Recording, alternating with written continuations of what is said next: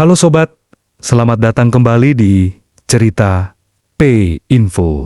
Ceritanya bermula dari Doni dan Andi, dua pendaki yang mencari jalur alternatif di sekitar Gunung Bromo, tersesat di tengah hutan lebat. Saat mencari jalan keluar, mereka mencium aroma ganja yang menyengat. Rasa penasaran membawa mereka ke sebuah area terbuka, di mana mereka melihat ladang ganja luas dengan ribuan tanaman. Di sekitar ladang, beberapa pria bersenjata berjaga, sementara di kejauhan ada sebuah gubuk dengan alat pertanian modern. Doni segera mengambil beberapa foto dengan ponselnya sebelum mereka buru-buru meninggalkan lokasi. Namun, sebelum sempat pergi, mereka mendengar suara langkah kaki mendekat. "Kita harus kabur sekarang," bisik Andi dengan panik. Mereka menyelinap di balik semak-semak dan berlari menjauh secepat mungkin. Setelah berhasil keluar dari hutan, Doni dan Andi langsung melapor ke kantor polisi terdekat. Mereka menunjukkan foto-foto yang berhasil diambil,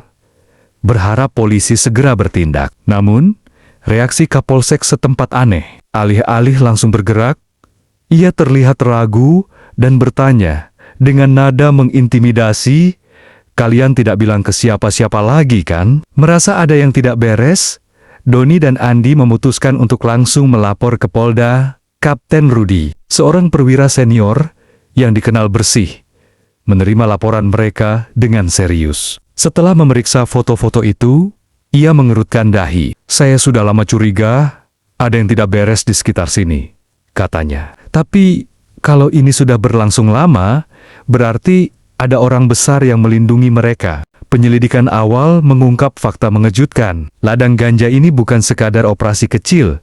Mereka sudah beroperasi selama 20 tahun. Selama ini, produksi ganja dari Bromo telah disebar ke berbagai kota besar di Indonesia dengan bantuan jaringan mafia yang kuat. Lebih mengejutkan lagi, catatan transaksi yang ditemukan di sekitar ladang menunjukkan keterlibatan banyak pihak, termasuk pejabat pemerintah daerah yang menerima suap untuk menutup mata terhadap keberadaan ladang. Pihak kepolisian yang justru melindungi operasi ini dengan menggagalkan setiap penyelidikan yang mendekati ladang. Pengelola wisata Gunung Bromo yang menggunakan jalur khusus wisata sebagai jalur distribusi barang haram ini. Bromo yang selama ini dikenal sebagai surga wisata, ternyata menyimpan rahasia kelam di balik keindahannya. Kapten Rudi menyusun rencana operasi besar-besaran. Tim gabungan dari Polda dan BNN dikerahkan untuk melakukan penyergapan. Malam hari, puluhan polisi bersenjata lengkap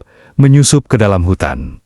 Begitu sampai di ladang, mereka mengepung lokasi. Ketika operasi dimulai, terjadi baku tembak sengit antara aparat dan penjaga ladang. Beberapa anggota mafia tertangkap, tetapi sebagian besar berhasil melarikan diri. Namun, saat interogasi para tersangka, terungkap fakta mengejutkan. Ada pengkhianat di dalam kepolisian yang membocorkan operasi ini. Setelah penyelidikan lebih lanjut, terbukti bahwa Letnan Arman, salah satu bawahan Kapten Rudi, adalah orang dalam yang telah bekerja sama dengan sindikat ini selama bertahun-tahun. Ia menerima suap untuk menghapus barang bukti dan menggagalkan operasi penangkapan. Namun, bukan hanya polisi yang terlibat. Saat memeriksa dokumen yang ditemukan di ladang, muncul nama-nama pejabat tinggi daerah. Bahkan kepala pengelola wisata Gunung Bromo, mereka semua telah mendapat keuntungan besar dari bisnis haram ini. Saat Kapten Rudi mencoba membawa kasus ini ke tingkat nasional, ia mulai menghadapi tekanan dari atasannya. Beberapa pejabat berusaha menutupi kasus ini, menganggapnya sebagai masalah kecil yang tidak perlu diekspos ke publik. Bahkan, Doni dan Andi mulai mendapatkan ancaman misterius. Seseorang mengirim pesan anonim.